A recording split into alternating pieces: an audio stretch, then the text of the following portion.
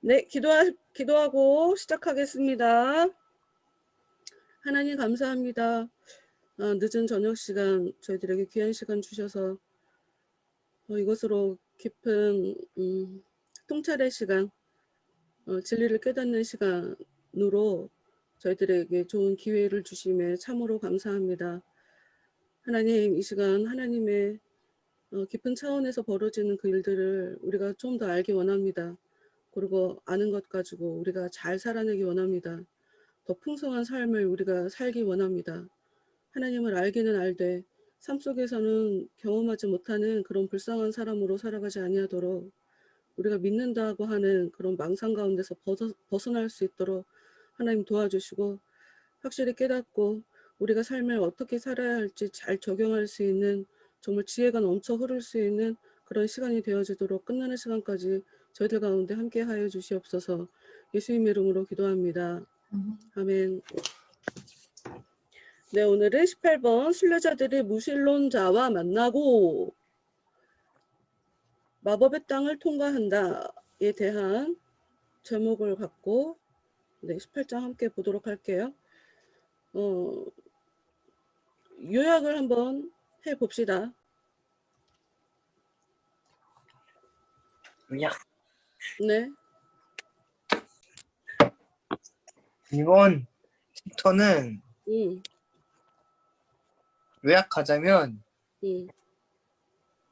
사실 제목이 다 아니니까 제목이 요약 너무 그렇지. 얘기하세요. 나 물 좀 갖고 올게. 얘기해. 나 듣고 있어. 요약이라는 것 자체가 중요한 것만 이제 간추려서 이제 말하는 게 요약이잖아요. 여기서 제가 생각했을 때 이 챕터에서 진짜 중요한 거는 마지막에 나왔다고 생각을 해요. 어디에? 마지막에 소망이 말하는 고백이 이 챕터 맞아. 그렇지. 그걸 얘기해야지. 저는 자신의 무지에 대한 고백. 그게 읽다가 좀 눈물 좀 꽝꽝 났었어요. 오. 진짜 진짜 저게 은혜 받은 사람의 고백이겠구나라는 엄청 와닿으면서도 나는 멀었구나 아직 그런 생각도 들고 그냥 뭐라고 해요? 제가 느끼기에는 되게 복음이라는 거를 함축한다면은 저 내용이 아닐까라는 생각이 들었어요. 구체적으로 어떤 부분? 구체적으로 구체적으로 말할 필요도 없이 이 친구가 너무 구체적으로 설명을 한 것 같아요. 그러니까 이거 진짜 내가 말하기 너무 부끄러운 내용이긴 한데 뭘 부끄러워. 괜찮아. 야, 껍질 하나 까고 나면 다 비슷하게 살지 않을까? 난 그렇게 생각하는데. 그러니까 아닌 척할 뿐. 진짜 이 책을 읽으면서 진짜 점점 이 작가에 대한 의심, 이 사람은 정말 사람이 맞는가 진짜 하나님이 오셔서 쓰신 게 아닌가 싶을 정도로 그치. 진짜 나도 그 생각을 했다니까 여러 번. 진짜 그 크리스천이 겪어가는 그러한 믿음의 길 자체에 대한 묘사가 너무 정확한 것 같아요. 크리스찬이 소망이 말한 그러니까 이 책을 쓴 하여튼 그래서 마법의 땅에서 얘네들이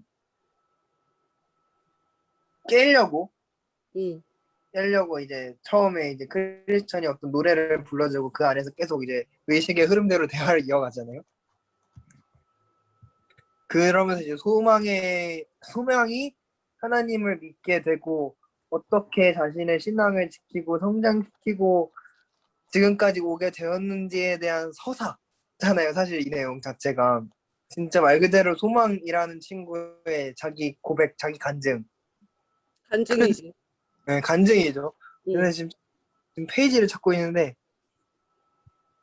그러니까 처음에 얘기했던 게 죄에 대한 얘기였잖아요. 죄에 대한 죄의식 죄에 대한 인정이 제일 처음이었던 것 같아요. 그러니까 음, 처음에는 죄를 인정하는 과정이 처음이잖아요. 아, 내가 죄인이구나라고 인정을 하고 그때부터 저는 진짜 이 부분이 너무 공감했는데 그 죄를 없애기 위해서 너무 많은 노력을 해요. 내 삶을 바꾸려고. 이 친구는 똑같이 이제 그랬다고 하는데 그거 지금 해결이 안 된다는 거지.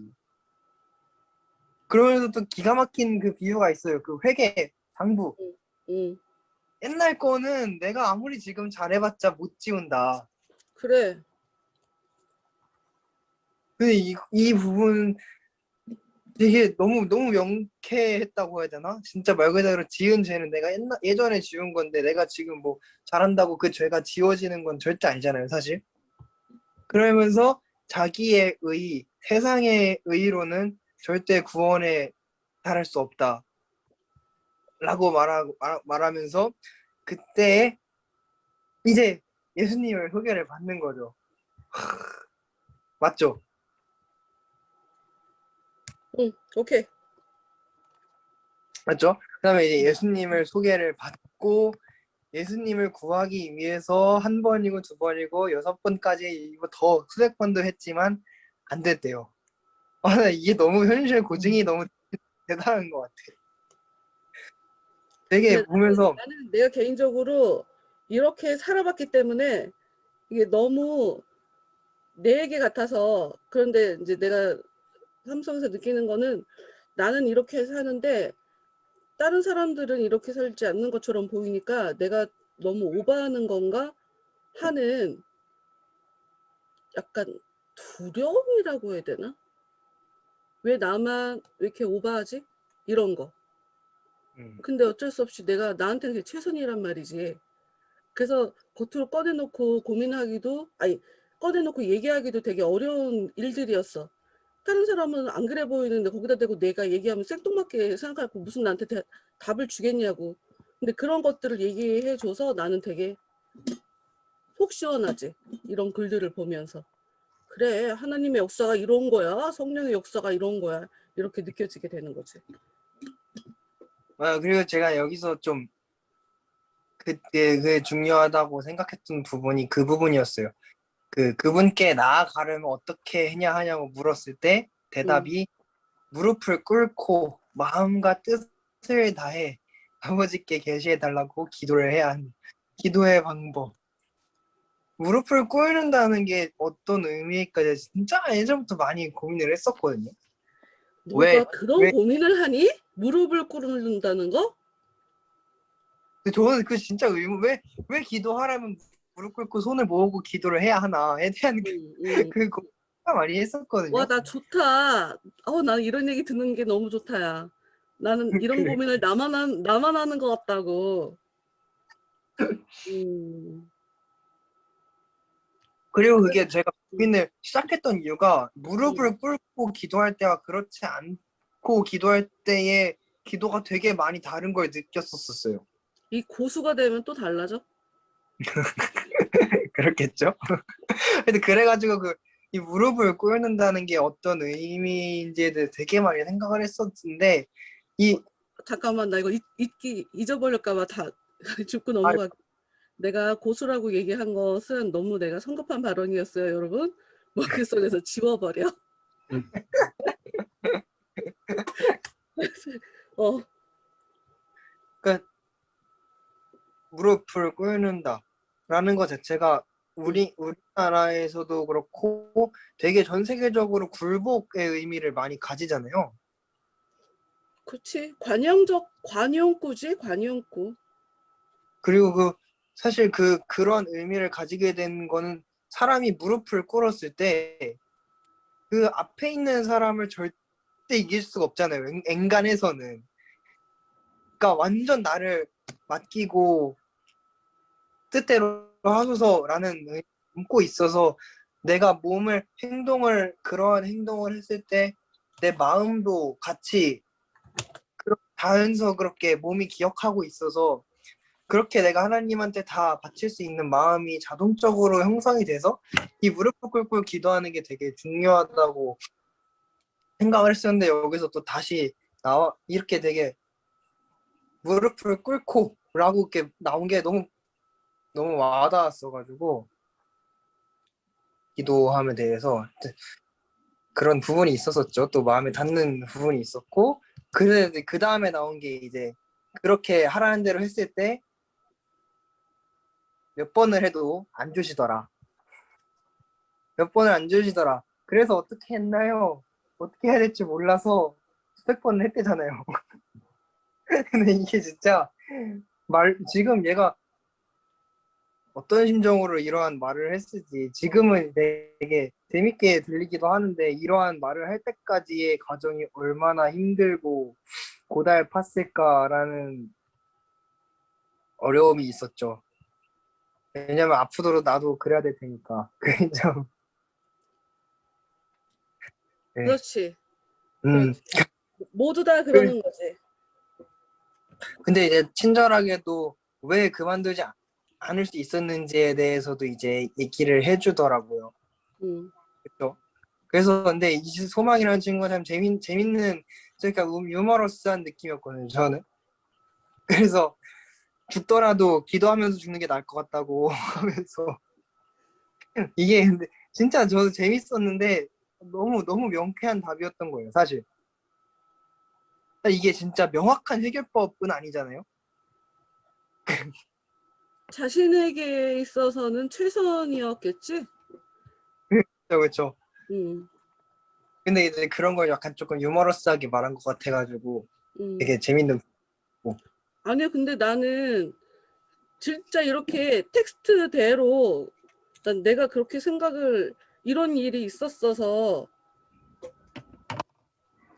그러니까 유머러스한 게 아니라 나도 딱 이랬는데 그랬어. 응.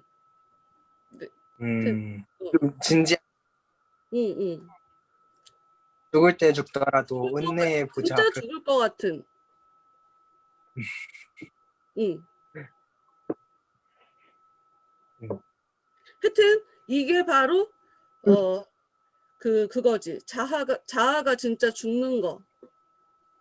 그 모습을 이걸 통해서 얘기하게 되지. 그렇죠.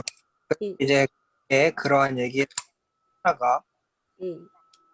쭉 하다가 또 진짜 많이 은혜를 받았던 부분이 진짜 완전 마지막 쪽에 그 부분 205페이지 뿐만 아니라 그 부분 야, 이거는 안 놀랬어?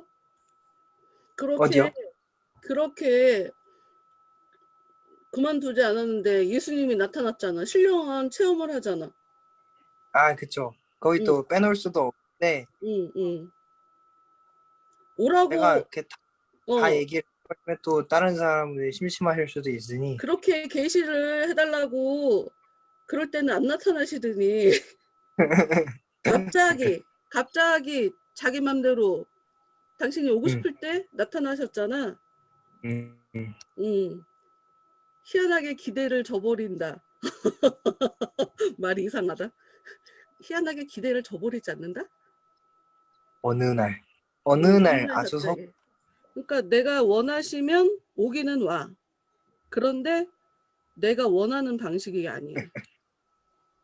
응. 음. 눈에서 눈물이 왈칵. 내게 오는 자는 내가 결코 쫓지 아니하리라.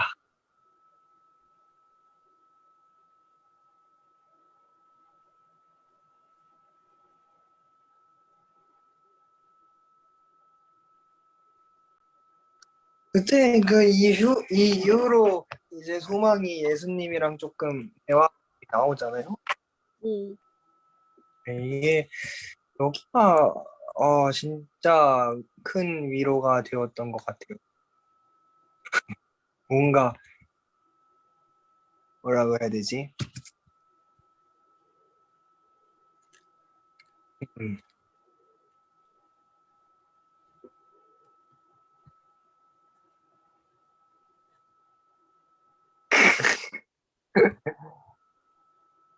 다들 진짜 열심히들 살아가잖아요. 특히나 이제 하나님 안에서 살아가려고 하는 사람들은 더욱 열심히 살아가는데 저는 그렇게 살아갈 때의 가장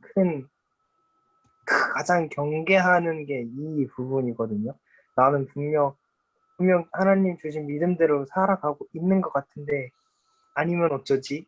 내가 잘못 가고 있는 거면 어쩌지? 내가 이상한 데에다가 열심을 쏟고 있으면은 어떡하지? 나는 그 고민을 항상 많이 하는데 그 질문이랑 이 질문이랑 되게 상동하는 것 같아가지고 상동되는 것 같아서 그 204페이지에 응. 여섯 일곱 번째 줄에 내가 당신께 가더라도 나의 믿음이 온전히 당신 위에 놓여질지 어떻게 알 수 있습니까? 라는 질문이 제가 생각하는 고민이랑 너무 비슷한 것 같아가지고 되게 좀 한 선상에 놓여지는 질문입니까? 응? 목사님이 생각하시기엔? 아니, 이제 나는 이런 걸 보면 그래서 신학이 참 좋다. 공부라는 게 참 좋다 하는 생각이 드는 거지. 왜냐면 공부를 하게 되면 이런 고민은 하지 않아도 된다. 할 필요 없는 시잘데기 없는 고민을 하고 있다. 무지에서 하는 고민을 하고 있다. 응. 음, 응, 신경 쓰지 않아도 되는데 필요 이상으로 오버하고 있다. 응. 그래서 다시 신학이 참 좋다 그런 생각을 하게 되지.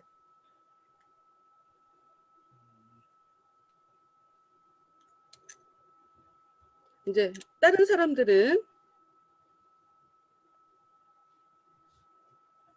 저는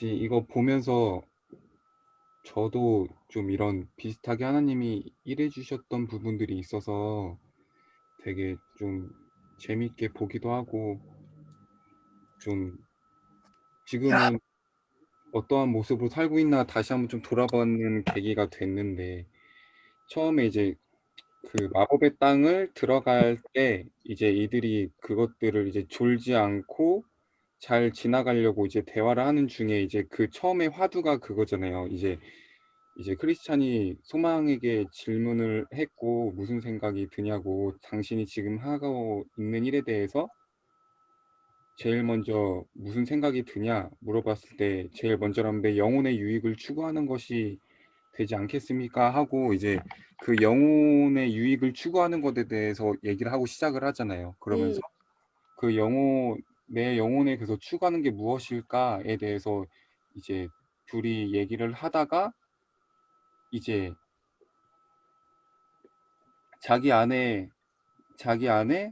그 뭐 잘못된 것들, 나를 파멸과 죽음으로 몰아가려고 했던 것들, 그것들을 좀 다시 좀 되새겨 보게 되고, 그래서 그것들을 끄집어 보다 보니까 내 안에 죄의식이라는 게 있었고, 이렇게 하면서 점점 안에 거를 꺼내 보면서 하나님께서 어떻게 일하셨는지를 나누는 모습을 보면서 결국엔 마지막에는 이것들을 다 이걸 경험하고 보니까 '나는 하나님 앞에서 무지한 사람이었구나.'라는 걸 더 깊게 깨닫게 되고 그래서 '하나님을 더 알아가는 것들 그거에 대해서 더 중요하게 생각한다.'라는 것들로 이렇게 결론 짓는 거를 보면서 '아 내 영혼이 지금 유익하게 내 영혼을 유익하게 만드는 거는 하나님을 알아가는 게 제일이구나.'라는 것들을 좀 이렇게 최종적으로 정리를 해 주는데 그것들을 이제 그 안에 많은 과정들을 계속 잘 설명해 준 것 같다는 생각이 들었었어요. 그래서 이런 것들을 보면서 결국에는 내 영혼이 유익되는 거는 하나님을 알아가는 것, 내가 무지하다는 거를 깨달아가는 것 이런 것 생각을 다시 한번 하게 됐고 그 소망이 죄에 대해서 많이 깨닫고 노력하고 다시 해 보고 이런 모습들을 보면서 저도 이러한 것들을 좀 경험을 했었어서 좀 공감 가는 부분도 되게 많았었고 저도 사실 아까 정연이가 얘기해 준 부분에서 뭐지? 할 수 있는 게 없어서 은혜 앞에서 하나님 앞에서 그냥 죽기까지 그냥 기도를 해봤다고 말하는 부분 있잖아요. 소망이요. 음. 네, 그 부분에서 사실 그 부분에서 어떤 부분이 또 좀 보였냐면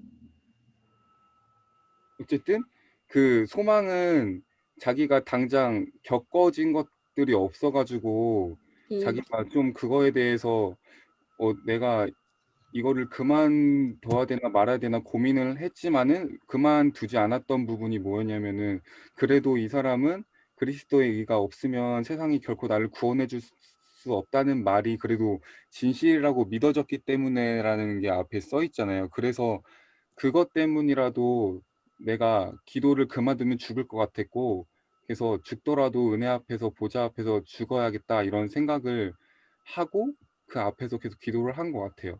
근데 저도 좀 이런 마음이었었거든요. 그러니까 기도를 할 때 예수님께서 진짜 계신가? 나한테 일하시는 분인가에 대해서 의심이 들었을 때 분명히 어렸을 때부터 배우고 듣고 자라왔는데 이게 제 실제 삶에서 제가 그거를 좀 경험해 보지 못해 가지고 이게 살아계신가 이런 생각에 의심이 들 때 계속 그거에 대해서 기도를 하고 그럼에도 불구하고 깨달아지지 못하고 경험이 없어질 것 같은데 그래도 제가 붙잡을 수 있는 거는 그냥 제가 하나님이 나한테 이렇게 일하시는 분이다라는 것을 그냥 어렸을 때부터 배워왔고 그게 의심도 분명히 있었지만은 그것들을 그냥 뭐 어렸을 때부터 교육 때문이라서 그런지 몰라도 그냥 믿어져 갔던 부분이 있기 때문에 그냥 앞에서 그냥 엎드려져서 울고 있었을 때 기도하고 있을 때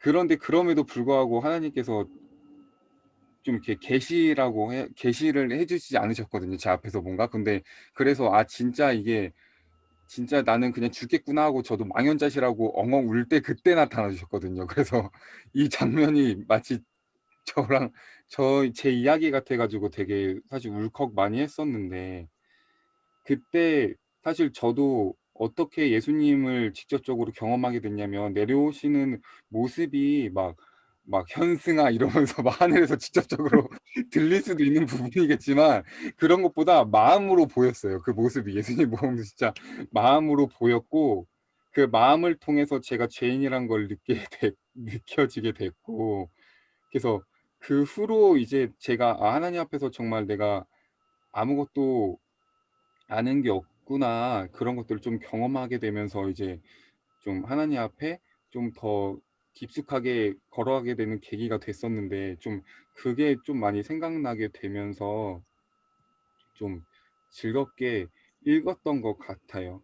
그래서 처음에는 또 크리스찬이 막 소망한테 막 물어볼 때 저는 크리스찬이 이 사람은 앞에서 아첨쟁이한테 그렇게 당했는데 처음에 그 무신론자 이야기 듣고 이게 뭐 소망한테 질문을 하잖아요. 뭐라고 질문을 했냐면 내가 너를 확인하려고 맞아요. 확인하려 한다 할 하던 때 처음에는 저는 크리스찬이 이 사람은 앞에서 당장 이런 일이 벌어졌는데도 지금 이런다고 해가지고 처음에 그런 생각을 했었는데 이거 근데 그 다음에 이제 소망이 이거에 대해서 이제 질문했던 의도를 이제 또 보면서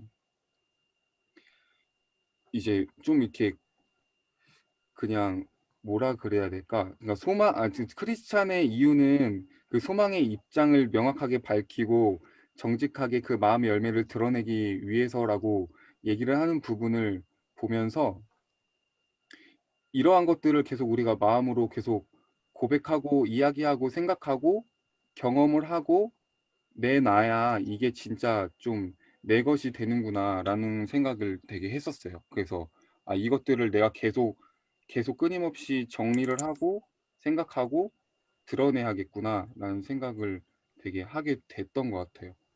네. 네. 그래서 회개가 좋죠. 회개를 하면 떠나가지. 나한테서 역사를 하는 것이 이제 뭐라고 해야 되나? 일을 많이 못하지. 내가 회개를 하면 효력을 발생하지 못하지, 걔네들이. 그래서 회개 기도가 좋은 거야. 혹시 또 다른 사람?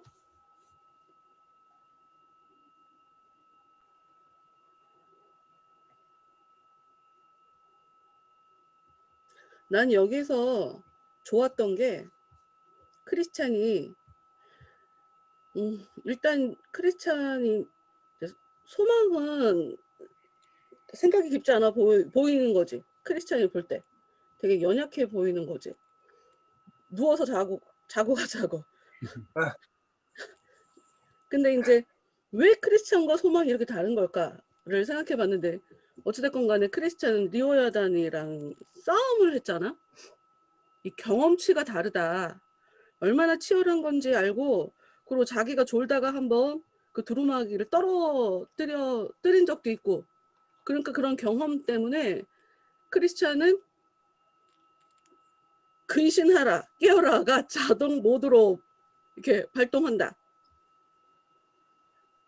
자기가 더 알고 소망이 잘 몰라. 행동을 보면 딱 티가 나. 그런데 소망에 대해서 그 이야기를 이끌어가는 그 방식이 크리스찬은 답을 주지 않아. 산파술. 어휴. 처음부터 끝까지 가르치지 않아. 네. 나 그게 너무 좋아. 난 이게 맞다고 생각하거든.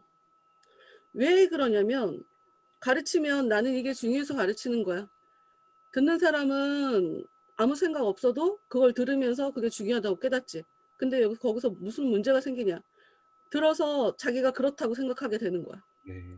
자기는 그렇게 안 살거든. 그런데 그러지 않아. 걔는 그렇게 못 산다고. 근데 자기가 그렇다고 착각하게 돼. 듣는 것의 부작용이지. 듣는 것은 너에게 나중에 그런 일이 벌어질 때 그렇게 해야 된다. 아니면 저기 있는 그냥 목표를 정답을 향해서 열심히 뛰어라 하는 차원으로 그냥 알려주는 건데 그런 부작용이 일어난다. 그래서 너무 좋다 이게. 진짜 처음부터 끝까지 크리스찬이 계속 질문만 한다. 나 이게 되게 좋고 계속 또 소망은 생각을 멈추지 않아. 계속 생각해. 끝까지 가. 너무 좋다. 나를 봐서 그러는 건지 모르겠지만 왜냐하면 내가 생각하는 왜 사람들이 믿음이 없을까? 왜 사람들이 신앙생활을 제대로 하지 않을까? 한 가지로 얘기해 보세요. 하나로 답을 내려보세요. 라고 하면 나는 생각을 하지 않아서 그래요. 라고 얘기할 것 같아. 근데 당연히 옳은 생각이지. 근데 대부분 생각들 많이 하거든. 고민도 많이 하고 하나님 바깥에서 그러니까 자기들이 생각 많이 하는데 나 이렇게 또 생각을 하더라. 근데 나는 쓸데없는 생각은 안 하는 이게 또 뭔가 내가 교만한 것 같아갖고 나도 모르게 쓸데없는 생각을 나도 하겠지. 소망은 답을 알기 위해서 계속 생각으로 계속 끌고 가잖아. 내가 네. 이런 식으로 살거든. 근데 이거는 소망이 그러는 게 아니라 소망에게 찾아간 성령께서 그렇게 역사하는 게 아닐까? 나는 그렇게 생각하거든. 자기 힘으로 하는 게 아니라 그래서 난 이게 성령의 역사라고 생각해. 그래서 네. 그런 차원에 될 때까지 된다. 이게 너무 좋고 그리고 결정적으로 100번, 수백 번 했어도 멈출 수 없는 기도. 멈추지 않는 게 아니야. 멈출 수 없는 거지. 기도를 그만두면 죽을 것 같기 때문에 멈출 수가 없는 거야. 그러니 기도는 언제까지 해야 돼요? 나 그런 얘기가 나한테는 되게 이상한 거지. 기도를 내 힘으로 하는 게 아닌데? 기도 하나님이 시켜서 하시는 건데 내 안에 하도록 하셔갖고 내가 기도를 하게 되는 건데 기도를 언제까지 해야 되냐고? 당연히 기도는 될 때까지 해야지. 간혹 가다가 그런 질문이 내가 의아하게 느껴질 때가 있단 말이야. 기도는 당연히 될 때까지 해야지. 내가 원하는 대로 안 되면 내가 답답하잖아. 내가 속 시원하잖아. 내가 여태까지 한 것이 아무 의미가 없잖아. 근데 내가 어떻게 멈출 수가 있어? 난 그렇게 비생산적으로 비효율적으로 그렇게 인생 살고 싶지 않거든. 그러니까 나는 알아야 되겠다고. 그러니 당연히 기도는 멈출 수가 없어. 끝까지 가야 돼. 될 때까지야. 그래서 나는 내가 근성이라는 게 참 없다고 생각하는 편인데, 주위에서 사람들이 보면 근성이 없긴 무슨 없냐고 뭐 이런 얘기를 하면 내가 무슨 근성이 있다는 거야? 라고 했는데, 내가 기도하는 데 있어서는 근성이 있어. 왜냐하면 너무 당연한 거라. 답을 주시는 거 너무 당연하죠. 아니라고 하셔야 제가 그만두죠. 이게 있어. 다른 부분에 대해서는 아유 안 되면 말지 라고 하는데, 기도는 그걸 못해. 내가 답답해서. 그리고 바보처럼 살기 싫어. 대충대충. 그러니까 그거야. 20년 동안 은혜를 모르고 살다가 은혜를 경험하면서 이전까지의 삶이 다 속았다라고 하는 그런 생각을 뼈저리게 하니까 더 이상 속으며 살고 싶지 않아. 그러니까 바보처럼 살고 싶지 않아. 누군가 나한테 당신 그런 모습이 자존심이 강해서 그러는 거예요. 뭐 이런 얘기를 한다 그러면 그래? 뭐 그렇게 얘기한다고 그러면 뭐 아니라고도 말 못하겠네. 이 정도로 바보처럼 살고 싶지 않아. 응. 그리고 그 악한 것들이 나를 보면서 엄청 행복해하는, 실제로 내가 그런 거를 보기도 하고 싫어. 내가 왜 걔네들을 기쁘게 해줘야 되니? 얼마나 뒤에서 나를 갖고 비웃으며 얼마나 자기들끼리 좋아할 거야. 너무 화가 나. 그렇게 이용당하고 싶지 않아. 그래서 내가 차라리 하나님 앞에서 막 바닥까지 깨져서 막 울며 불며 진짜 모냥 빠지게 도와주세요, 도와주세요. 내가 이렇게 사는 한이 있더라도 걔네들이 나를 보면서 웃는 꼴은 내가 못 보겠어. 그 이를 득득 갈게 되지. 그래서 끝장을 봐야 돼, 나는. 울면서라도 버텨야 돼. 하여튼 그렇게 되더라고. 그리고 또 하나. 맨 마지막 205페이지에 계시를 제대로 받으면서 이 사람은 부끄러움을 느끼게 됐어. 심히 부끄러움. 이전 삶에 대한. 심지어 자기는 죄를 짓지 않으려고 진작 자기의 죄된 삶을 이제는 안 산 지가 한참 됐거든. 그거 놓고도 하나님한테 꽤 성의를 보였단 말이야. 안 하려고도 굉장히 노력도 했고. 그런데도 불구하고 과거에 이제는 전혀 살지 않는 그 생활을 반복하지도 않으면서, 지금 그렇게 살지도 않으면서 심히 부끄러워해. 진짜 그렇게 되더라고. 그리고 나 자신의 무지를 깊이 느끼게 되었다. 계시를 받은 사람의 특징이지. 은혜를 제대로 받은 사람은 자기가 무지하다는 걸 깊이 깨달아. 은혜를 겪을수록 내가 무지하다라는 걸 깨닫고 내가 소망이 없다는 걸 알게 돼. 이게 은혜를 경험한 사람이 오히려 고백하게 되는 거지. 그리고 그 은혜를 경험한 그 일을 이전까지는 생각도 할 수 없었던 것들이라고 얘기를 해. 그러니까 은혜가 있고 없고, 은혜가 역사하고 역사 안 하고가, 그러니까 우리가 왜 편견을 가지면 안 되냐 생각하냐면, 은혜가 오면 정말 상상도 못할 일이 벌어져. 상상을 어떻게 해? 이거 정말 종잡을 수 없어. 예상하지 않는 그런 일이 벌어져. 그러니까 이게 너무 전형적인 성령의 특징이지. 그리고 또 그 찬양, 아름다우신 놀라우신 나 생각났어. 오 놀라우신 형언 아닌가? 할 수 없는 맞아? 네, 형언 맞아? 할 수 없는 사랑. 형언할 수 없는 사랑. 진짜 예수님이 아름답다라는 그 표현이 내가 할 수 있는 최대의 표현이야. 어찌 보면 우리한테 이미지는 남자잖아. 어찌 됐건 간에 남자로 오셨으니까 남자한테 아름답다. 이게 뭐 모르는 사람이 들으면 되게 어색할 수 있는 그런 얘기인데 그분이 너무 아름다운 거야. 그분이 너무 선하신 거야. 경배할 수밖에 없어. 찬양할 수밖에 없어. 다른 말을 내가 할 수가 없어. 뭐 내가 뭐 이랬습니다. 이렇게 힘들었습니다. 뭐 이런 얘기 할 필요도 없어. 그냥 입 다물게 되고 그냥 아 정말 대단하십니다.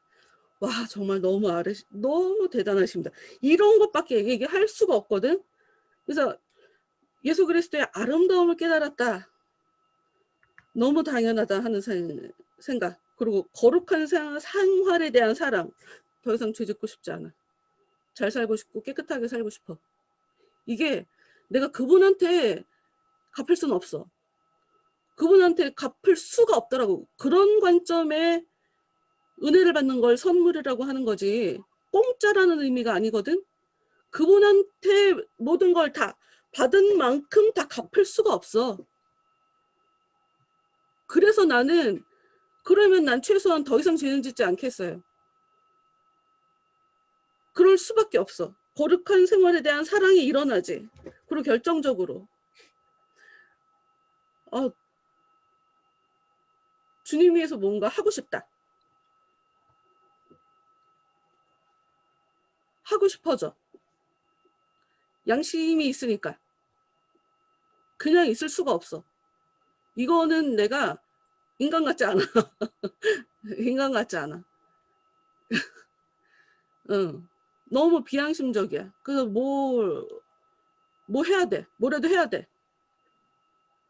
막 뿌려 먹어도 진짜 할렐루야 감사하고 내가 이제 과거에 캠프를 조금 따라다니면서 나는 그냥 전도사 사역 때부터 그랬던 것 같은데 나는 그 커다란 기계에 굉장히 많은 부속품이 들어갈 텐데 그 부속품으로 그냥 생각해도 된다고. 나 스스로도 그렇게 생각했고 사람들 중에 좀 선을 넘는 사람들이 되게 많이 있거든. 근데 뭐 괜찮아. 그럴 수 있어. 뭐 이해심도 되게 많아져. 그냥 써주시는 것에 대해서 그냥 감사하게 되는 거지. 내가 뭐라도 해서 내가 이 감사한 마음을 좀 표현을 했어. 이게 그냥 감사한 거야. 이렇게 되더라고. 그래서 내 몸에 100갤런의 피가 있다면 이것을 주 예수님을 위해 다 쏟아 부을 수도 있겠구나 하는 생각이 들어. 실제로. 그렇게 되는 것 같아. 그래서 난 이게 되게 좋다. 이걸로 나 오늘 할 얘기 다 하지 않았나? 할 얘기 다 오늘 했는데 오늘 그만할까? 오늘은 그냥 이거는 뭐 더 할 게 있나 그렇지. 알고 가면. 근데 저 어찌됐건 이게 되게 웃긴 게 우리가 제일 이 장애 시작할 때 무신론자를 만나잖아. 네. 진짜 무지한 사람이잖아. 예수님에 대해서 무지한 사람. 그래서 무신론자야. 근데 어디로 가냐고 물어보니까 시온산으로 가고 있다는 얘기에 막 웃어. 막 웃어. 우스꽝스럽다고. 야 진짜 무지하구나. 무지몽매하구나. 야 반사. 야 이 자식아 네가 무지해서 지금 웃음이 나오는 거야. 이렇게 얘기하고 싶지. 무신론자에 비해서 소망도 굉장히 많이 아는 사람이고 크리스찬도 그렇고 굉장히 중요한 것을 아는 사람이지만 너무 아이러니하게 그 끝에 가서 18장 제일 끝에 가서 고백하는 건 내가 무지하다라는 것에 대한 고백이라 이게 너무 아이러니지. 그래서 그 이후로 다시 무지를 만나게 되지. 네, 맞아요. 응, 응, 다시 무지가 돼요. 응, 응. 아무것도 못 얻을 거다라고 하는 확신을 갖고 있고, 무신론자는 미들이 꿈꾸는 그런 것은 어디에도 없다. 자기가 대체 무슨 생각을 하는지 무슨 말을 하는지 알긴 알까? 자기가 경험하지 않았으니 없다고 얘기하는 이런 성향 자체가 자신을 무지하게 살게 한다. 근거가 자기의 경험인 거잖아. 경험했다고 하는 사람들이 있는데도 그 사람들 얘기는 귀에 안 들어오는 거잖아. 쟤네들은 착각하는 걸 거야. 쟤네는 전부 다 속은 애들이야. 뭐 이런 식으로 살아가게 되는 거니까. 크리스찬이 내세가 있다라고 얘기했지만, 무신론자가, 내가 왜 무신론자는 자기의 경험을 바탕으로 지금 얘기를 하고 있다라고 얘기를 하냐면, 크리스찬이 내세가 있다라고 한 그 이야기에 무신론자는 자기의 경험 20년을 얘기를 하고 있어. 내가 20년 동안 열심히 헤맸다. 열심히 찾았다. 근데 없더라. 네가 20년 동안 없다고, 경험 못했다고, 그걸 없다고 얘기하는 것 자체가 얼마나, 그게 사실 오만한 거거든. 근데 정작 당사자는 자기가 오만하다라는 걸 느끼지 못해. 너무 무지해서 무지한 걸 몰라. 그래서 크리스찬이 찾을 수 있다고 들었다. 그리고 난 그렇게 믿는다. 라고 얘기한 무신론자 말에 내가 진짜 똥골뱅이에다가 그 분홍색 형광펜을 막 짝짝짝짝 막 그어놨거든. 하나, 둘, 셋, 넷, 5줄이나? 만약 내가 집에 있을 때에 믿지 않았다면 그 성을 찾으러 거기까지 가지도 않았을 것입니다. 무신론자는 과거의 자신을 믿었다라고 얘기해. 나도 믿었어. 그래서 간 거야. 근데 못 찾았어. 내가 갔는데 있었다면 내가 찾았겠지. 있었다면 찾았겠지. 왜? 나는 당신들보다 훨씬 멀리 갔거든. 내가 훨씬 경험이 많아. 내가 더 멀리 갔어. 이 사람은 처음부터 끝까지 자기의 경험에 근거해서 얘기를 해. 그러면서 나 이제 돌아간다. 존재하지도 않는 성을 찾아 나서느라 예전에 버리고 왔던 것들을 다시 찾아 즐기려고. 믿음도 가짜. 자기가 버렸다고 하는 것도 가짜. 그러니까 이 많이 경험했다고 생각하는 것도 다 가짜. 응. 말도 안 되는 거. 근데 그러니까 이런 사람들 많아. 저 친구 말 자체가 응. 내가 지금 뚝뚝 끊기는데 혹시 저만 끊기나요? 너만 끊겨.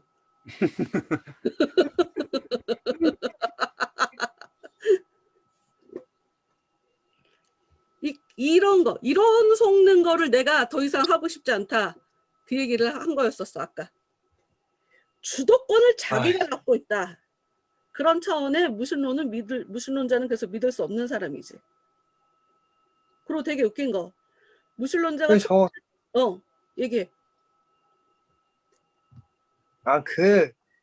이 친구가 한 말 중에 버리고 왔던 것들 다시 찾는다 그랬잖아요. 이거 말 자체가 너무 모순 덩어리라고. 그러니까 버렸다 하는 것 자체가, 버리는 거는 사실 쓰레기란 뜻이잖아요. 그러니까 다시 쓰레기 찾으러 간다는 것 자체가 너무 말도 안 되는 거고.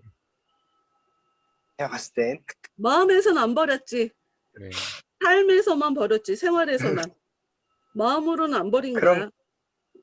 그러니까 다시 돌아갈 수밖에 없어. 그리고 결정적으로 이 사람이 계시의 주도권을 하나님이 잡고 계셔야 되는데 자기가 잡고 있잖아. 195페이지 제일 윗줄에 보면 이 세상에 당신들이 꿈꾸는 그런 곳이 어디에도 없다라고 얘기한 이 얘기가 되게 웃긴 것이, 이 사람들이 꿈꾸는 그 꿈은 자기가 꾸고 싶어서 꾸는 게 아니라 성령에 의해서 꿈꾸어지게 된 거야. 그러니 그 사람들에 대한 이 말 자체가 지금 하나님에 대한 비난으로 바로 이어진다. 아까도 얘기했지만 기도를 시작하면 멈출 수 없다. 왜? 내가 시작한 게 아니고 내가 끝낼 수 있는 것도 아니야. 그분이 시작하셨고 내 주도권은 이미 그분한테 넘겨드린 상태야. 근데 내가 뭘 멈추기는 내가 그럴 자격도 없지. 그럴 수도 없고. 이 주도권을 내가 갖고 있는지 사람들이 잘 모르거든. 내 삶의 주도권을 내가 갖고 있는지 하나님이 갖고 있는지 보통 사람들이 그걸 잘 모르거든. 그러나 아주 중요한 성령께서 내 안에 제대로 계시를 해주신다. 하나님이 정말 은혜로 나를 붙잡고 계신다라고 할 때는 주도권 자체를 내가 가질 수가 없다. 가질 수가 없어. 빼서 가시는 것 같기도 하고 그냥 내가 그분한테 그냥 포기하고 넘겨버리도록 성령이 그렇게 역사하시지. 왜 나의 모습, 왜 나 요즘 계속 나의 모습 그걸 부르네. 나의 모습 부르려고 한 게 아닌데. 내가 주인 삼은 모든 것 내려놓고 내 주 대신 주 앞에 나가 내가 사랑했던 모든 것 내려놓고 주님만 사랑해. 네. 사랑해? 가끔 가다가 찬양이랑 사랑이랑 같이 와갖고 이게 나는 이 찬양을 하면서 계속 나를 가르쳐. 믿음의 고백과 나를 가르치는 것과 이게 쉽게 구별이 안 되더라고. 가르치는 거야. 그 찬양하면서 계속 주님, 내가 주인 삼은 모든 것 내려놓고 저는 제가 주인으로 삼고 있는 것이 있어요. 내가 주인으로 삼고 있는 걸 뭘 보고 알 수 있냐? 그게 나한테 너무 중요해서 그것에 이리저리 휘둘리게 되면 그게 내 주인이야. 저거가 내 맘대로 안 돼서 눈물이 나면 그게 내 주인이야. 그것 때문에 내가 너무 행복해지면 걔가 나한테 주인이야. 내가 20살에 은혜 받고 20대 중반에 이미 뭐든지 나에게 어떤 영향을 끼치면 걔가 나한테 하나님인 거야. 하나님 외에는 그 어떤 존재도 나한테 기쁘게도 할 수 없고 슬프게도 할 수 없고 그 어떤 흔들림도 나한테 가져올 수 없어. 그거를 깨닫게 됐어. 그래서 그 이후로 근데 이제 왜 우리는 모두 다 사람이니까 육을 입고 있기 때문에 항상 은혜 충만하며 살 수 없어. 절대로 그런 일은 없거든. 그러니 그런 찬양을 하면서 은근슬쩍 또 나도 모르게 주인처럼 섬기는 것이 생겼네. 이럴 수가 있단 말이지. 그러면 이제 이게 기도하면서 정리하지 않으면 곧바로 죄의식으로 이어지게 돼 있어. 자기 파괴적으로 역사하게 돼 있어. 그 감정이. 찬양하면서 주님 제가 주인으로 삼고 있는 것들이 있어요. 하나님 받으세요. 이거 처리해 주세요. 그런 기도하는 마음으로 그 찬양을 부르는 거예요. 그리고 자꾸 나한테 가르치는 거고 고백하면서 찬양하는 거고. 최선 주도권은 내가 안 가질 수가 없어. 그래서 주님을 주님이라고 얘기할 수가 있는 거지. 내가 주도권 갖고 있는데 어떻게 주인이라고 얘기할 수가 어떻게 주님이라고 불러? 근데 많은 사람들이 자기 마음대로 하면서 예수님을 주라고 얘기한다. 아직 몰라서 그렇다. 무지해서 그렇다. 나 여기서 내 웃긴 부분 하나 있긴 해. 195페이지 그 아래쪽에 소망이 얘기하는 거 보면 채찍든 사람한테 다시 신세를 지지 않으려거든 계속 나아갑시다. 써있기는 다시 신세를 지지 않으려거든 이라고 써있는데 내가 그랬어. 속으로는 다시 맞지 않으려거든 이라고 써있기는 다시 신세를 지지 않으려거든 이지만 읽을 때는 그런 것이 같지? 이 생각을 하면서 웃었지. 맞는 거 좋아하는 사람이 어떻게? 그렇지. 어쨌건 무신론자하고 헤어지는 장면 보면 그 사람은 무신론자는 두 사람을 비웃으면서 자기 길을 가. 성경이 얘기하잖아. 성령이 아니고서는 누구든 예수를 주라고 말할 수가 없대. 그들이 살아가는 모습을 미련하다고 생각한다는 거지. 바울이 자기가 그렇게 생각했기 때문에 자기 경험담을 그렇게 얘기하는 거지. 나도 그래서 몰라서 너네들 예수 믿는 사람들 잡으러 다녔다. 죽이려고. 내 핍박했다. 바울이 자기가 한 얘기지.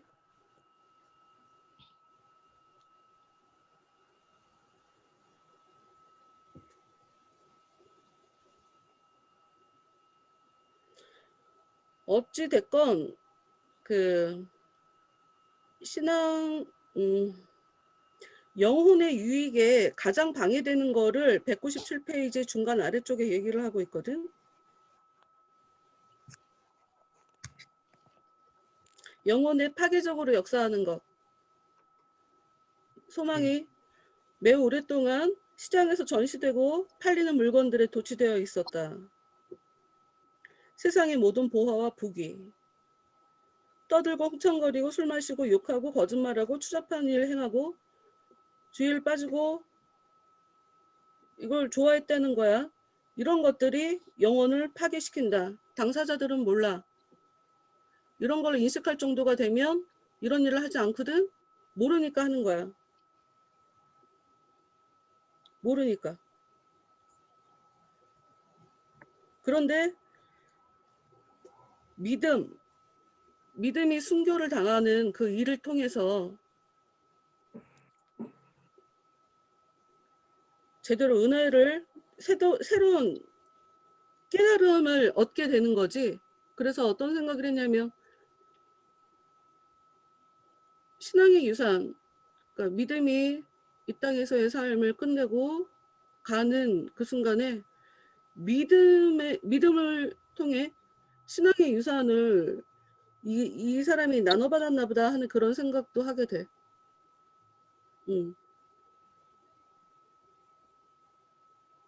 참 희한하지.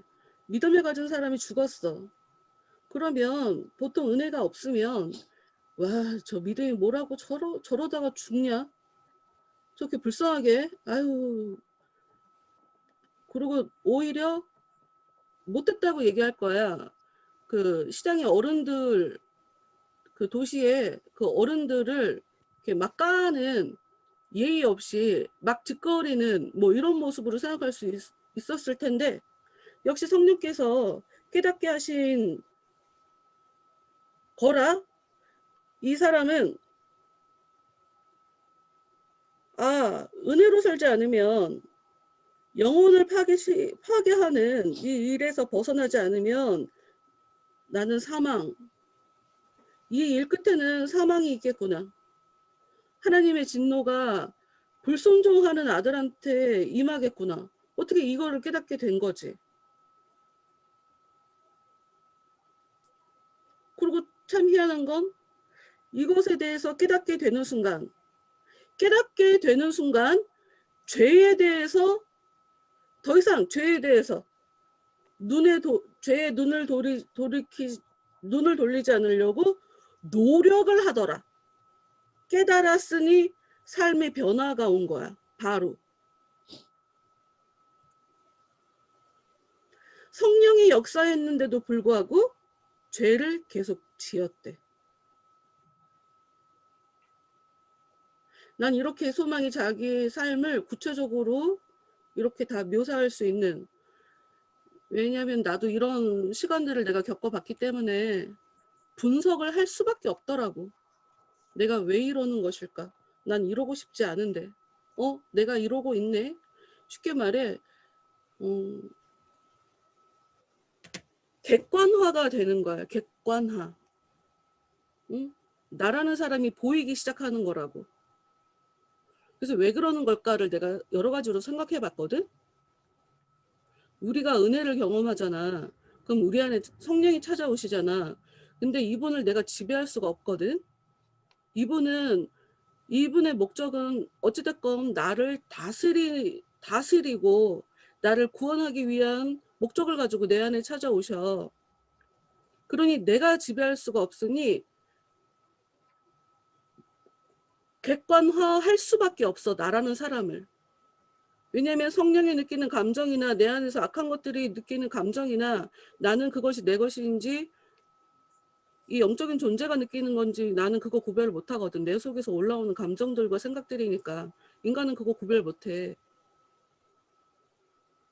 그러니 이분에 의해서 그냥 마치 내 안에 거울이 하나 들어온 듯한 느낌.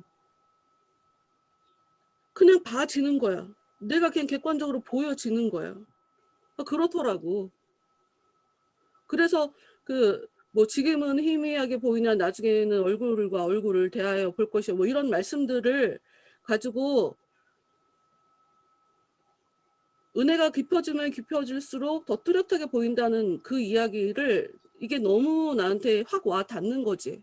전에는 나를 못 봤다가 은혜가 깊어질수록 그냥 강제적으로 아니 너무 자연스럽게 전에는 나를 반성하지 않았는데 왜 내가 갑자기 반성하는 거지? 뭐 이런 식으로 그냥 나의 모습을 자꾸 객관화하기 시작하는 거지. 그래서 이렇게 객관화하면서 분석을 하는 거지. 첫째, 둘째, 셋째, 나는 이렇구나. 나는 이럴 땐 이러네. 나는 이럴 때 이러는구나. 뭐 이런 게 그냥 보여져. 심지어 엄마가 막 혼내고 조금 폭력적으로 그러실 때도 마음에서 뭐 찬송가가 올라온다던가.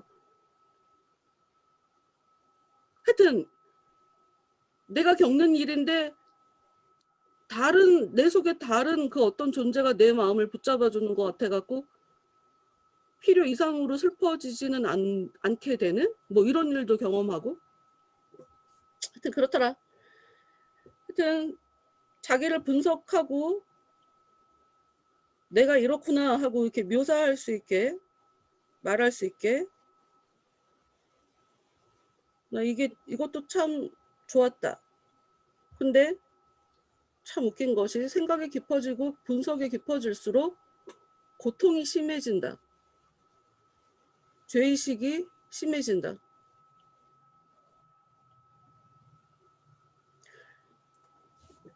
크리스찬과 다른 모습이잖아. 크리스찬은 죄의식이 심해지면서 여행을 출발했어. 근데 소망은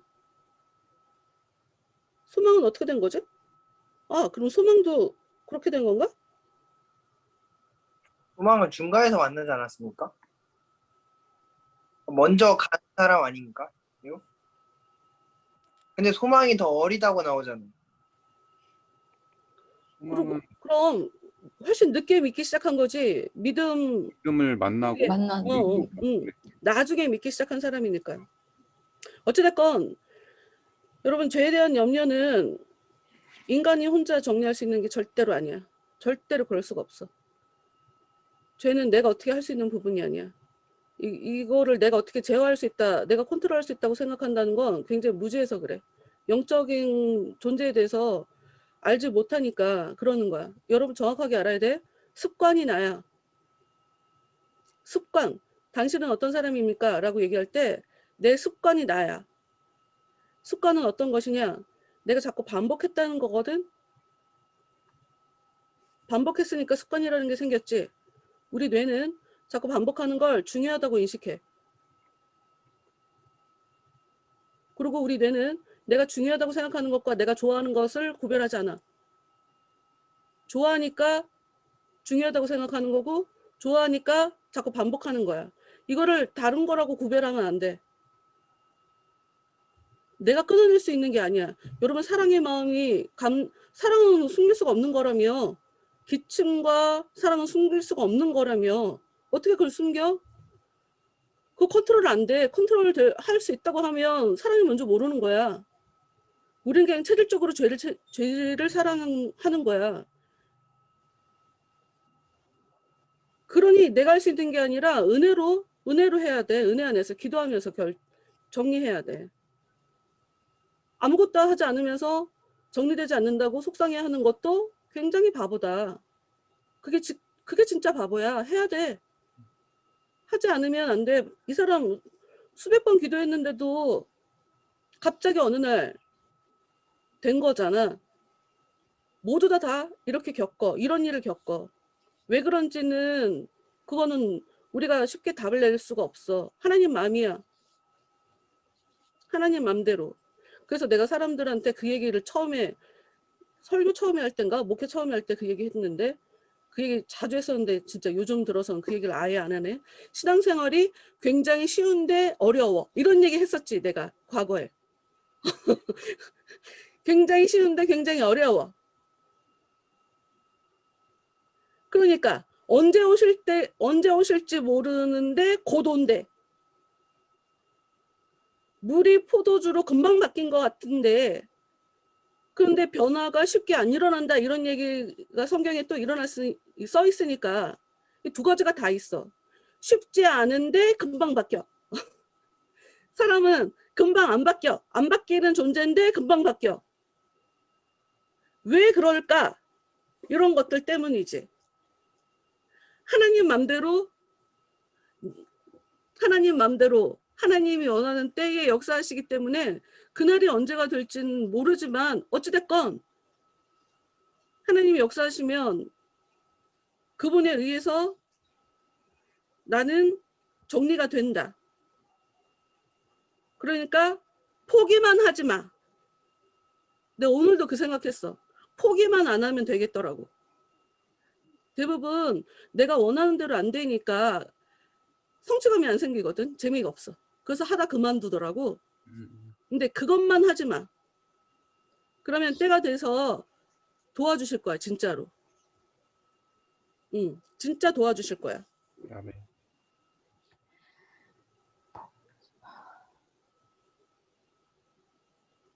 사람이 가르쳐줘서 할 수 있는 것도 아니고 하여튼 그분이 역사해 주셔야 돼. 그분이 끊어내 주셔야 돼. 그분이 도와주셔야 돼. 이런 느낌이야. 이준석이 알지? 국민의힘. 이 사람이 이제까지 선거에서 한 번도 이긴 적이 없어. 근데 지금 당 대표에 도전하고 있거든?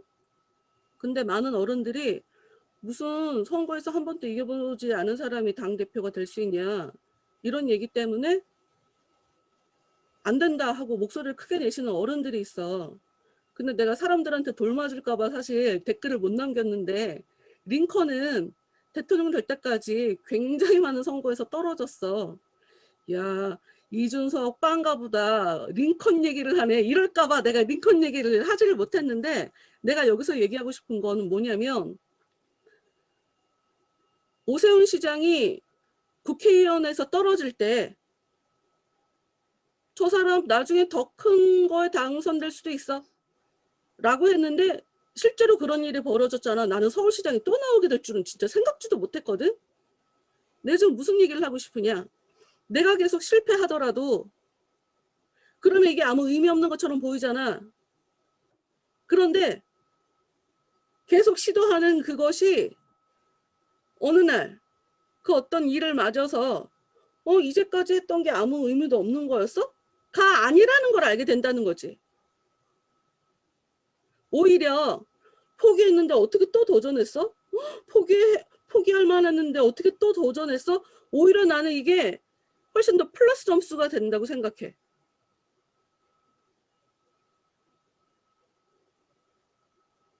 아무것도 안 하다가 아무것도 안 한 사람이랑 현실에 부딪혀서 포기할 수밖에 없었는데 다시 도전하는 거랑은 겉으로 볼 때는 별 차이가 없는 것처럼 보이지만 굉장히 질적으로 다른 거잖아. 자기를 이겨낸 거야. 극기한 거거든. 이거 굉장히 대단한 거거든. 나는 이런 거를 하나님이 겉으로 드러나지 않지만 내가 나와 얼마나 싸움했는지 하나님이 그 모든 것을 다 카운트해 주신다고 생각해. 잘했어. 이것에 대한 보상이야.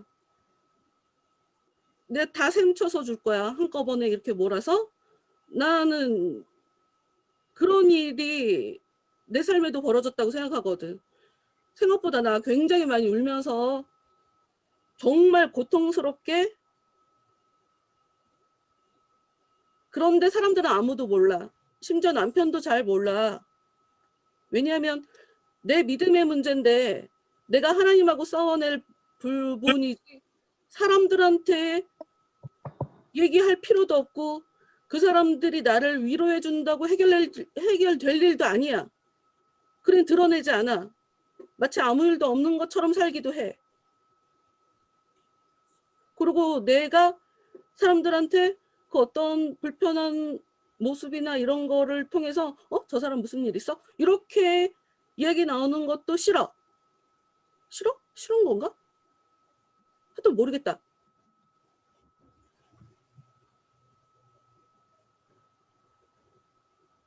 나는 기본적으로 나한테, 그러니까 사람들 앞에 나서는 것 자체를 원래 싫어하는 사람이야.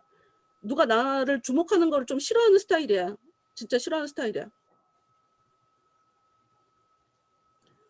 어찌됐건 내가 얼마나 비참하게 그런 걸 느꼈는지는 나만 알아. 그 깊이는 나만 알아. 아무도 몰라. 세상 어느 누구도 몰라. 어느 누구에게도 낱낱이 다 얘기한 적이 없으니까.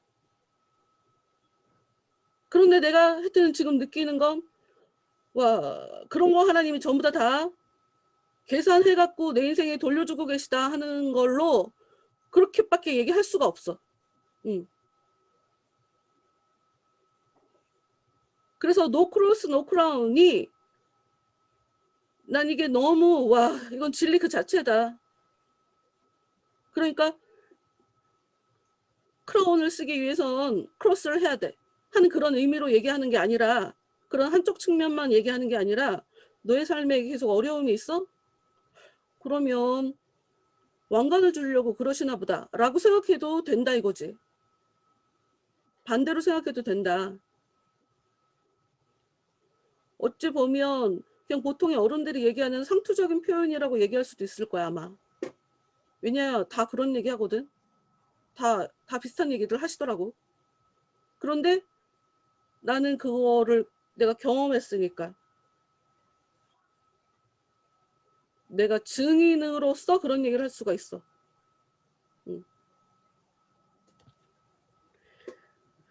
그리고 내가 얻은 그 귀한 것에 내 스스로 아무도 얘기하지 않아도, 아무한테도 얘기하지 않았고 어느 누구도 날 인정해주지 않아도 내가 기여한 바가 있는 것을 내가 알잖아. 거기서 오는 자존감, 당당함, 그런 게 있어. 그리고 그거 있지. 돈을 힘들게 번 사람은 그 가치를 알잖아.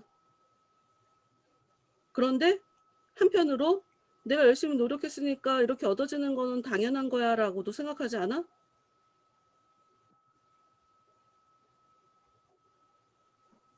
내가 무슨 얘기 했는지 알지? 그러니까 내가 열심히 노력했으니까 이건 나한테 돌아오는 거야. 이렇게 어찌 보면 당연하다고 생각하는 그런 것들도 있어.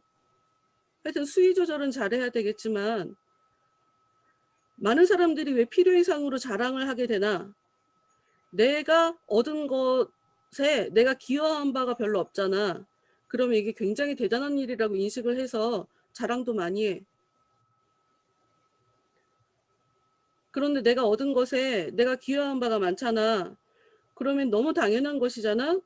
그걸 갖고 자랑할 수가 없어. 너무 당연한 걸 가지고 무슨 자랑을 하겠어.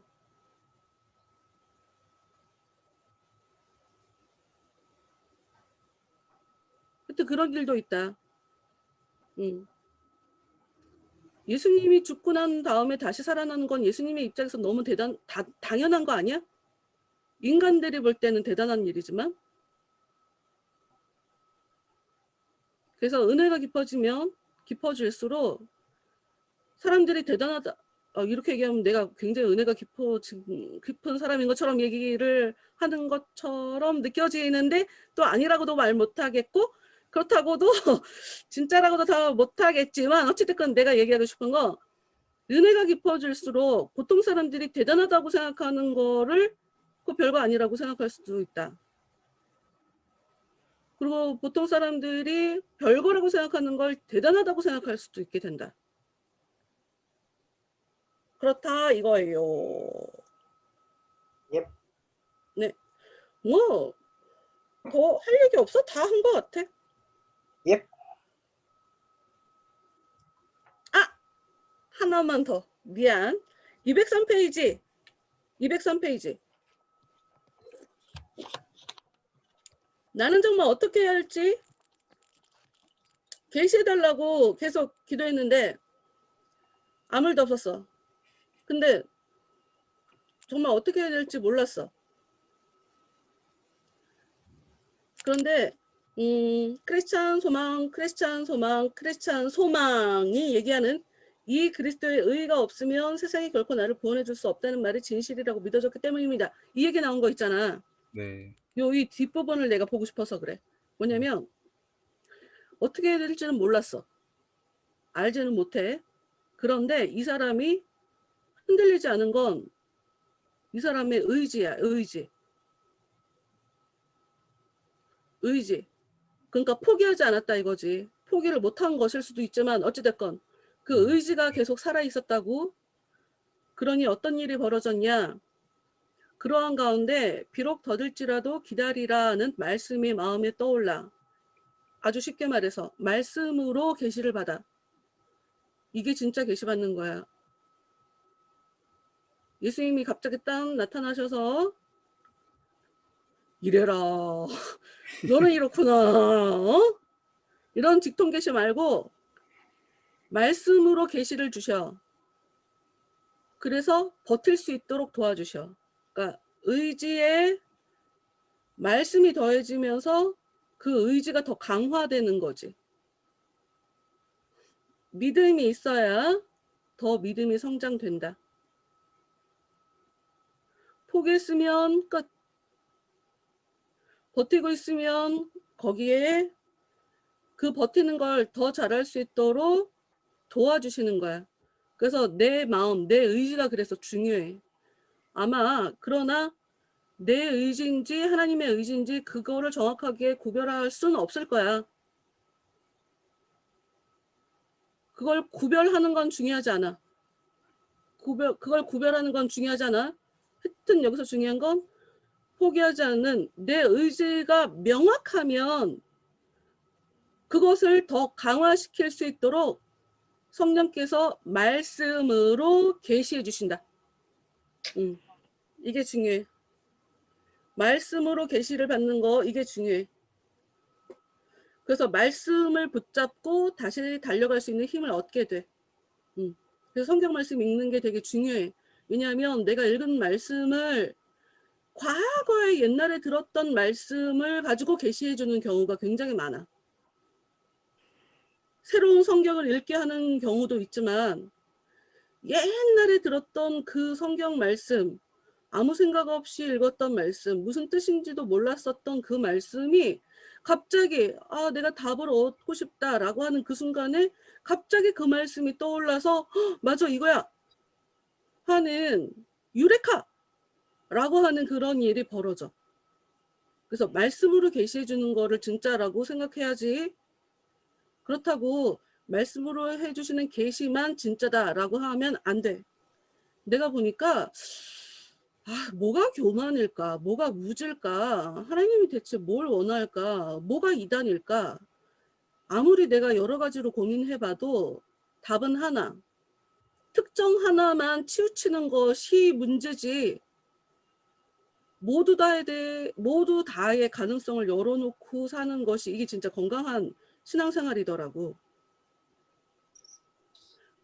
보통은 말씀만 중요하다고 생각해서 은사에 대해서 아예 무시하시는 분들이 있어.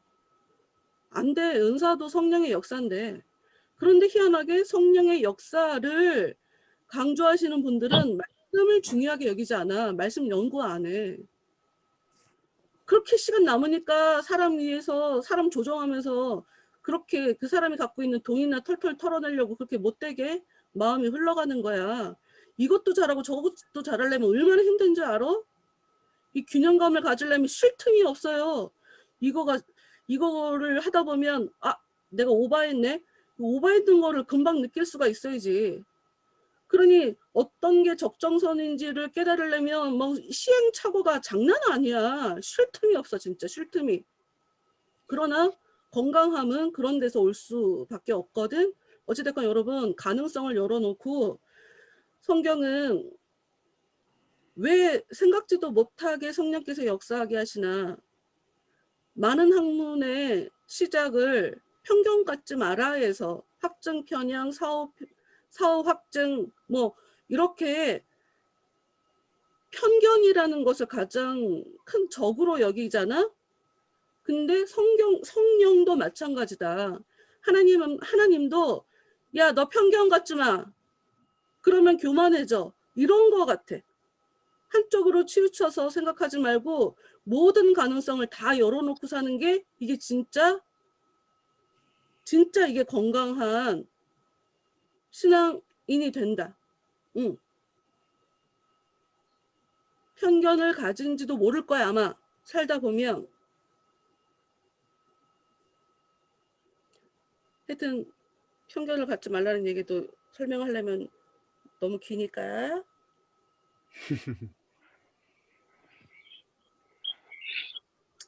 하여튼 네, 나는 끝. 이거 아까 하지만 주님, 내가 당신께 가더라도 나의 믿음이 온전히 당신 위에 놓여질지 어떻게 알 수 있습니까? 하고 물어본 거 내가 쓸데없는 질문이었다. 쓸데없는 고민이었다. 그 얘기했었지. 네.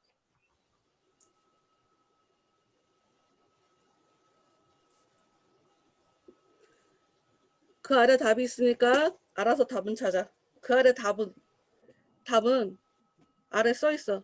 그래서 깨닫는 순간 이게 내가 고민을 안 해도 되는 거였어. 이렇게 돼. 이렇게 하는 일이 여기 기록되어 있어요.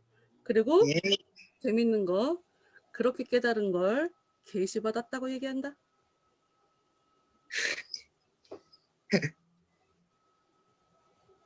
우리가 생각하는 계시는 그분이 나타나서 그분이 나타나서 실력을 경험하는 게 계시지만, 나 얼마 전에 내가 집에 가는데 하나님이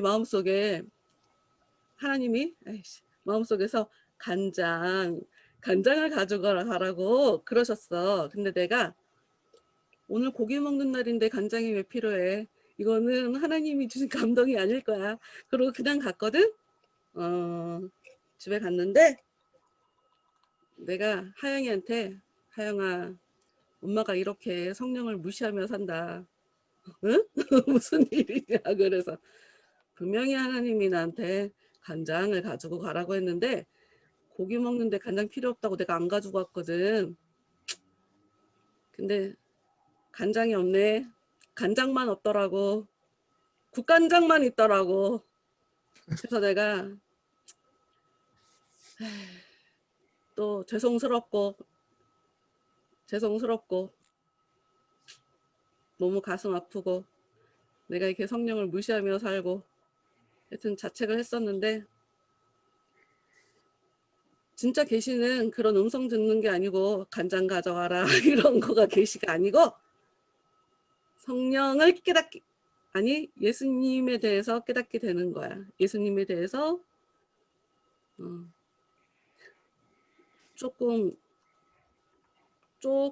학문적으로 표현하자면 신학적 통찰이 생기는 게 계시를 받은 거다. 끝. 혹시 얘기하고 싶은 거 있는 사람? 안녕히 주무세요.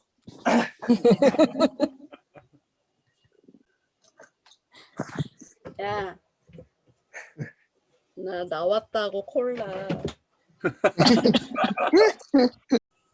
그래요.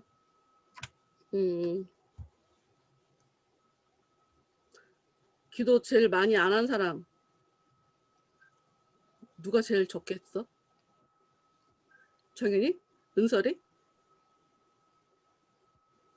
아닌가? 제가 봤을 때 윤주 전도사님이 제일 조그만 것 같습니다. 무슨 말이야? 제일 많이 했잖아. 어서 걔 구라를 치고 있어. 이씨.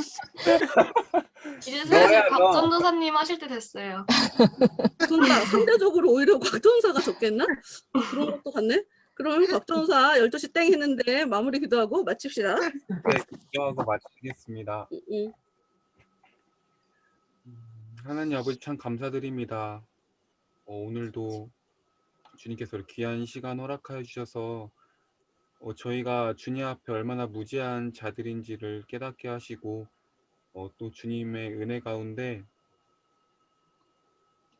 우리가 그 무지한 것들을 깨달아가는 게 또 얼마나 큰 은혜인지를 또 이 책을 통해서 알게 해주심에 너무나도 감사드립니다.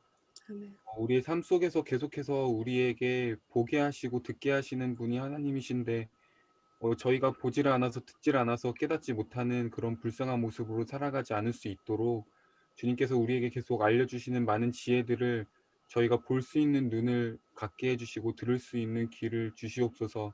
아멘. 악한 것들이 계속해서 보지 못하고 듣지 못하게 하는 것들에 대해서 저희가 더욱더 경각심을 갖고 주님 앞에 더욱더 노력할 수 있는 의지를 또한 주님께서 이 시간 허락하여 주시옵소서. 아멘. 감사합니다. 주님, 예수님 이름으로 기도드립니다. 아멘. 네. 수고했습니다. 수고하셨습니다. 고생하셨습니다.